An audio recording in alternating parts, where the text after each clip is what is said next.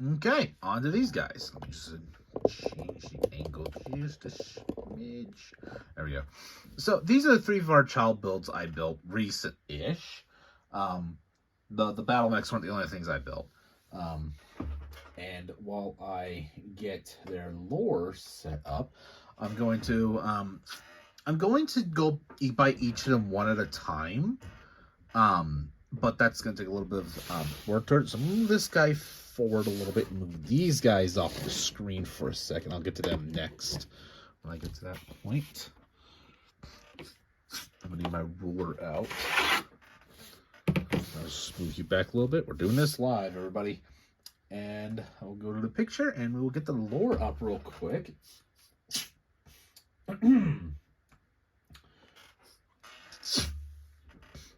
Varchild's newly Rofu Walker. Used for anti-armor and artillery combat, the Rofu's front plate is armored enough to take multiple tank shots and still keep going compared to Fed Walkers or Federation Walkers. Let's get the inches for this guy real quick. One sec here. Maximum effort. He is standing more or less straight up. It's about 6 inches tall. And that's going by the highest point, which is this little spot right here. So yeah, about 6 inches tall. Basically, it is the ATAP. I just like how that design looks, and I try to emulate it just a little bit. And it ended up looking like this. While also keeping some of that bug-like aesthetic that the Varchild's mechs or walkers are known for. It doesn't have the best color scheme compared to all the other ones. The other ones have better color schemes because I had... some of the blue was not being used in anything else, so I was able to use it here. In fact, when I made this, the Scorpion used all these little soap pieces in the feet in dark gray, so I did not have enough. I had to resort to black. That's fine, it works. We'll get a look at the pilot and where he's located. He controls the turret through through this access point right here. It only goes up and down that much. But he controls it as he's firing. So it elevates and lowers as it's firing it. But like I said before, it has these big plates that are able to refract all kinds of attacks. Little machine gun in the front. And though the barrel looks pretty small, it's using plasma cannon, so it doesn't really matter. But yeah, that's the new Rofu. Move this back a little bit. Move this over. And I'm going to do this to get to... the next one. Next one being this guy right here. I will also explain these at the end, so see that later. I'll just fix up a little bit. There we go. Varchild's Retgola Walker. The Gola Walker is used to extract catalyst from the ground to be used in laser printers so that they can make more military and non-military assets. So basically, which I'll get into a sec here, it extracts catalyst from the ground. I'll move this guy out of screen a little better so you can actually see it better. It extracts catalyst from the ground, and then it's able to process it and turn it into a usable material. So it could be, because catalyst is supposed to basically be a... Oops, did not want that to come off. Just wanted you to stand up better. Is basically an omni-versatile material. It can become anything. I'll go into that in a sec. Basically, it stabs this into the ground, sucks it in, does some little processing, and then puts it in here, where it separates any non-minerals and puts in the little canisters and drops it. In fact, in the picture, this is right behind it. Drop the little canisters. Okay, I'll get that in a sec. Well, that's a little build. Let's get the height for it. Let me just make sure it's in a good pose. And at the top of the tank, it's just about 1 or 2 notches, maybe 3, over 7 inches tall. So 7 inches and maybe 2 or 3 centimeters tall. I kind of wanted to have this kind of like grasshopper slash mosquito kind of look. This is supposed to be the abdomen of the mosquito where it fills up with the, like how it fills up with blood and everything. I wanted to kind of give that kind of feel. And yeah.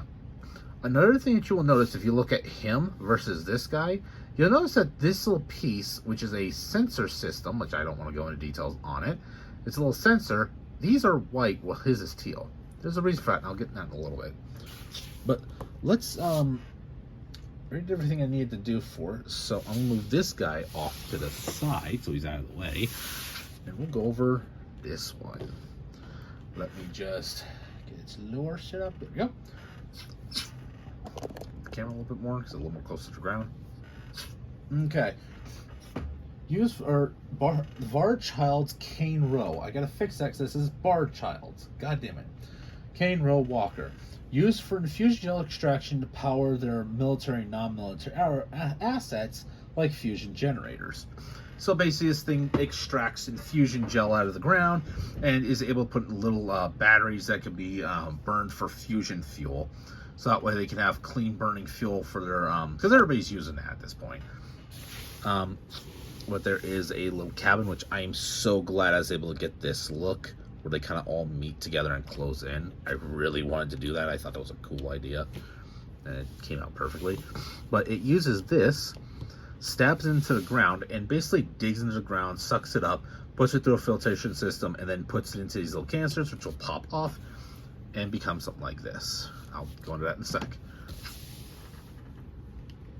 But yeah, it's 4-leg. It is actually I'm actually going to use the leg structure for a Federation walker that is basically supposed to be the ATTE, but you know, less ATT-ish. In fact, before I do that, I'm actually going to reuse this design for a design I have in mind that's actually going to be next, which is basically another set of these legs on the back, like how ATTAs are, and then have in place of this like a big cannon that shoots lightning or something. I haven't decided how I'm going to do that just yet. That's the idea I'm kind of reusing it for.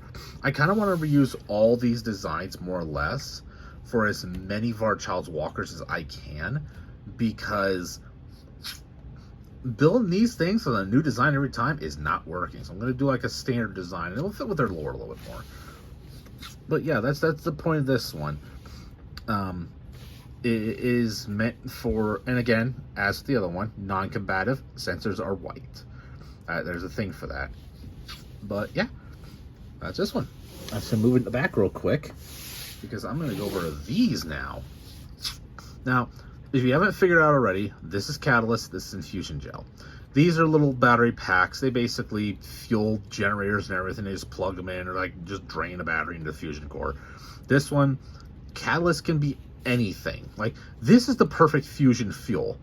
It can be toxic, but it can also be the most powerful fusion fuel that honestly has a long battery life to it, where most fusion reactors are said to are able to set up, be put out like a little amount of power. These can cause fusion reactors to basically be powered forever in some regards. They take forever. They take a long time for it to be fully burnt out or to burn through it. Catalyst, on the other hand, is different. Catalyst is a material that basically is like stem cells. There is no core version of it.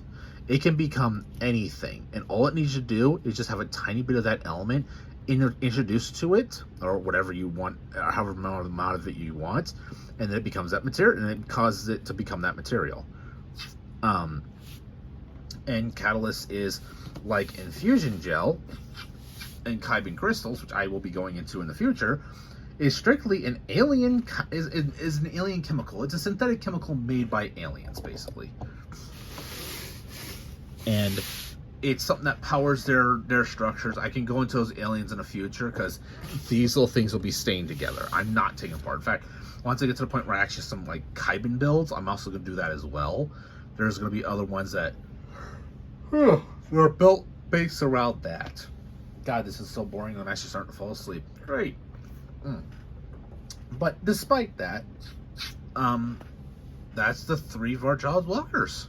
I'll leave links to their art station in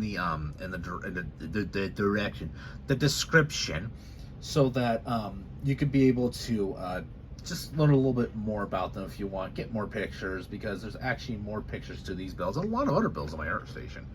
So if you want to enjoy them there, go absolutely nuts. But I think I did everything. Oh wait, I haven't done this one's height. I am so tired. It has been a lazy day. I woke up too damn late. Last minute for its height, it's roughly, if I'm doing this right, Its height is about 4 inches, maybe a tiny notch over it, give or take. But yeah, it's about 4 inches right there. That's fine. That's actually pretty good design, honestly. But yeah, this is getting me rambly, so I'm gonna move on to what I'm gonna do next, which is posting this and taking these guys mostly apart, so that way I can reuse their parts. But I have been Titan Studios, and I hope that you enjoy your day. I know I did, because I got these 5 shitheads done, so yay. Oh, and for the Legend of Wahi universe, it's going through some restructuring lore-wise, so the characters might get changed. They've been changed since the last time I reviewed them, like Tiki being a wolf, if you haven't noticed already. But I will get into that when I get into that, because I gotta figure out what the fuck I'm doing. Bye!